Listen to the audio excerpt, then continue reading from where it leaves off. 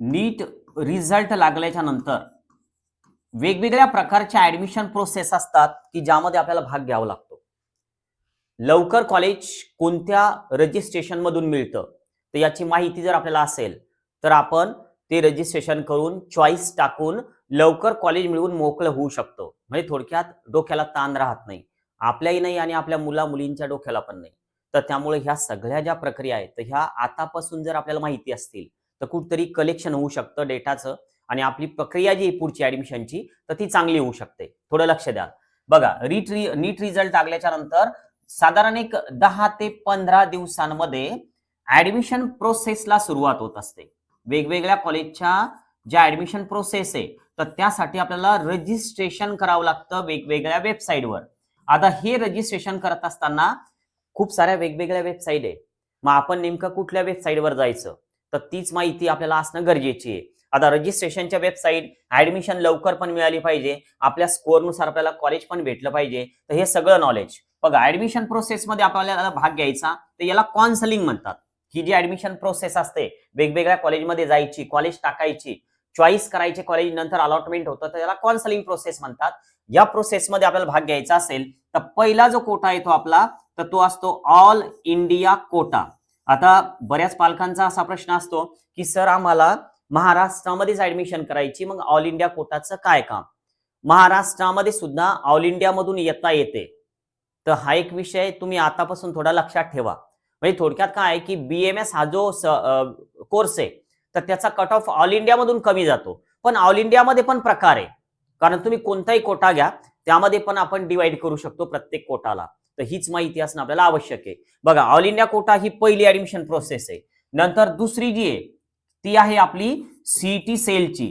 आता यात बऱ्याच विद्यार्थ्यांचं आणि पालकांचं पण कन्फ्युजन असतं की सर सीईटीची एक्झाम द्यायची का मग आता, कारण नीट एक्झामचा फॉर्म आपण भरलाय, आपल्याला पुढे सीईटी सेल वेबसाईटवर रजिस्ट्रेशन करायचं, मग सीईटीची एक्झाम द्यायची का? तर काम नाही.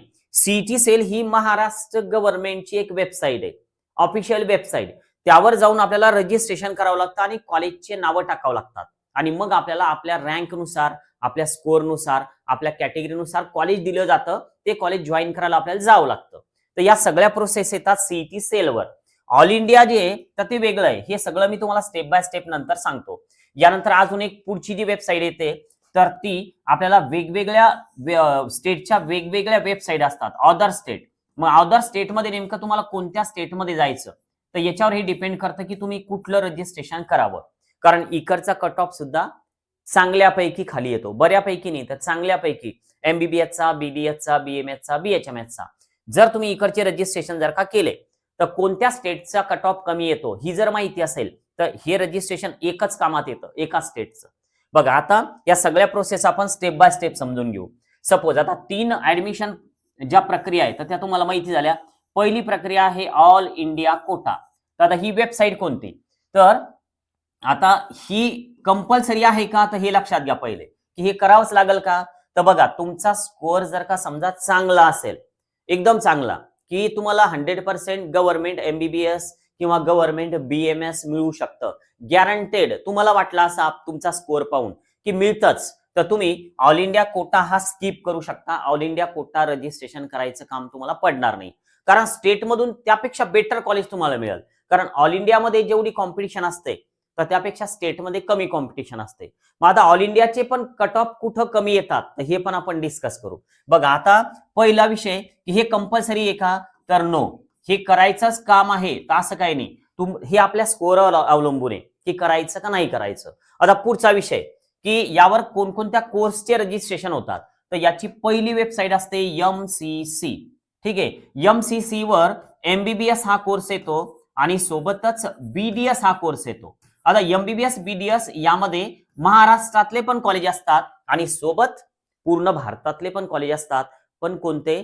गव्हर्नमेंट कॉलेज आणि deemed university, MCC medical counselling committee. आता हे रजिस्ट्रेशन कंपल्सरी कोणी करावं? तुमचा स्कोअर कमी आहे, तुम्हाला डीम्ड कॉलेजमध्ये ऍडमिशन घ्यायची, मग अशा वेळेस हे कंपल्सरी आपल्याला करावंच लागतं. आपल्या व्हिडिओचं टायटलच ते, थंबनेलच ते बनवलेलं आहे की कंपल्सरी आपल्याला कोणते रजिस्ट्रेशन करायचे. तुम्ही जर डीम्ड मध्ये जाण्यासाठी इच्छुक असाल तर तुम्ही एमसीसी या वेबसाईटवर रजिस्ट्रेशन करणं गरजेचंच आहे. बघा, आणि जर तुम्ही नाही केलं तर तुमचं डीम्ड मध्ये ऍडमिशन नाही होणार.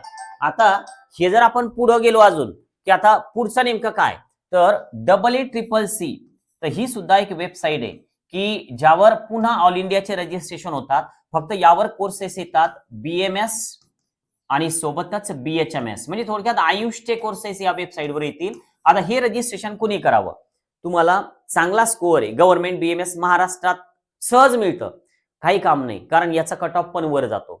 पण समजा तुम्हाला डीम्ड मध्ये जायचं, BMS मध्ये किंवा BHMS मध्ये, मग अशा वेळेस तुम्ही हे AIQचं EECCचं BMS BHMSचं रजिस्ट्रेशन करू शकता.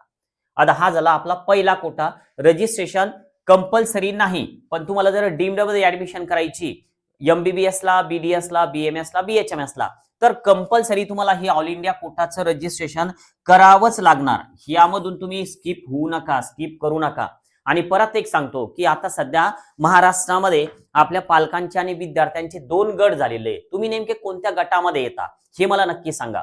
पहिला गट असा आहे की ऑनलाईन, म्हणजे थोडक्यात जी पण कामं आहे, रजिस्ट्रेशन, चॉईस फिलिंग, हे सगळे कामं जे आहे, तर ही जबाबदारी जी आहे तर ती त्यांच्या काउन्सिलरवर देऊन टाकतात की सगळं तुम्हीच करा सर, आम्ही काहीच नाही करणार. तर हा हे एक ग्रुप की ज्याला ग्रुप आपण ए म्हणूया, ठीक आहे, सगळे त्यांच्याकडे देऊन टाकतात. आता महाराष्ट्रामध्ये काही 5-7 ट्रस्टेबल जे आहेत लोक की जे हे सगळे कामं करतात, नो प्रॉब्लेम, ते सगळे कामं चांगले करतात. पण त्यामध्ये काय होतं की काही जणांकडून काय होतं, रजिस्ट्रेशन करताना कुठेतरी मेलचं फिमेल झालं, कॅटेगरी चुकली, तर अशा वेळेस खूप त्रास होतो. मुंबईला जाऊन करेक्शन करून आणावं लागतं. तर हा एक ग्रुप आहे पालकांचा की सर आम्ही कोणतीच जबाबदारी घेणार नाही, सगळं काम जे आहे तर ते त्या काउन्सिलरवरच आम्ही टाकून देणार. तर आपल्या मुलाचं करिअर आपल्यासाठी महत्वाचं आहे, त्यामुळं हा जो ग्रुप आहे तर यांनी एकदा विचार करावा. आता दुसरा जो ग्रुप येतो आपला की ज्यामध्ये सगळं काउन्सिलिंग, म्हणजे माहिती मिळवतात सगळी काउन्सिलिंग सेंटर कडून कुठेतरी जॉईन होऊन, आणि रजिस्ट्रेशन, चॉईस फिलिंग हे जवळच्या कम्प्युटर सेंटरवर करतात, स्वतः पाहतात, तिथं बसतात आणि वेळ देतात आपल्या मुलांसाठी. तर हा जो ग्रुप आहे काउन्सिलिंग करणाऱ्यांचा की हे सगळे कामं, रजिस्ट्रेशन वगैरे स्वतः करून घेतात बसून, तर याला आपण ग्रुप बी असा पालकांचा ग्रुप पाडू शकतो. तर तुम्ही नेमके कोणत्या ग्रुपमध्ये यामध्ये, त्यामुळे तुम्ही नेमके कोणत्या ग्रुपमध्ये हे मला नक्की सांगा. तुम्ही स्वतःच रजिस्ट्रेशन स्वतः चेक करणार का, जवळच्या कम्प्युटर सेंटरवर जाणार का, आपला मुलगा आपली मुलगी, करिअर महत्वाचं आहे. बघा, आता दुसऱ्या कोटावर येऊया आपण. नंबर 2चा कोटा की जो आपल्याला घ्यायचा आहे स्टेट कोटा. आता हे रजिस्ट्रेशन कुणी करावं, तर हे थोडं महत्वाचं आहे. कंपल्सरी यस, सगळ्यांनीच हे रजिस्ट्रेशन करायचंय, कुणीच याला स्किप करू नका. सर मला ऑल इंडियाचं करायचं, मग तरी पण का करायचंय, कारण काय, हाताशी ठेवा, 1000 रुपये एवढी रजिस्ट्रेशनची फीज असते स्टेट कोटाची. रजिस्ट्रेशनची वेबसाईट नेमकी कोणती, तर आपल्याला CET सेल या वेबसाईटवर रजिस्ट्रेशन करावं लागतं. आणि याच्यासारखं MBBS BDSचं वेगळं, BMS BHMSचं वेगळं, असे वेगवेगळे रजिस्ट्रेशन करायचं काम नाही, सगळं एकच रजिस्ट्रेशन होतं CET सेलचं. कुठंतरी तुम्ही ज्यावेळेस जॉईन करता तर त्यावेळेस त्यांना पण सांगा की आम्हाला CET सेलचं रजिस्ट्रेशन कंपल्सरी करायचंच MBBS BDS BHMS BMS साठी. आणि थोडक्यात एक महत्वाचं आहे की स्वतःच लॉग इन, स्वतःचा पासवर्ड थोडं जपून ठेवा, शेअर करू नका, कारण पुढे प्रॉब्लेम येऊ शकतात. आता आता आमची पद्धत कशी आहे की आम्ही विद्यार्थ्यांचं रजिस्ट्रेशन वगैरे त्यांना फक्त गाईड करतो, मार्गदर्शन करतो कॉलवर, व्हॉट्सअपवर, आणि त्यांच्या जवळच्या कम्प्युटर सेंटरवर ते करतात. थोडक्यात आमच्याकडे जॉईन होणारे ग्रुप बी वाले हे आम्ही करत नाही, कारण यामध्ये थोडी म्हणजे पालकांची रिस्क आहे. विद्यार्थ्याचं जर काही चुकलं तर जबाबदारी आपली, मुंबईला जायचं काम पडू शकतं. आता हे एक दुसरं रजिस्ट्रेशन कंपल्सरी करावं लागणार आहे. आता नंबर 3 की ज्यामध्ये येतं अदर स्टेट. आता अदर स्टेटमध्ये आपल्याला काय काय करावं लागणार आहे, ज्या स्टेटमध्ये तुम्हाला ऍडमिशन करायची तर त्या स्टेटचं रजिस्ट्रेशन असतं.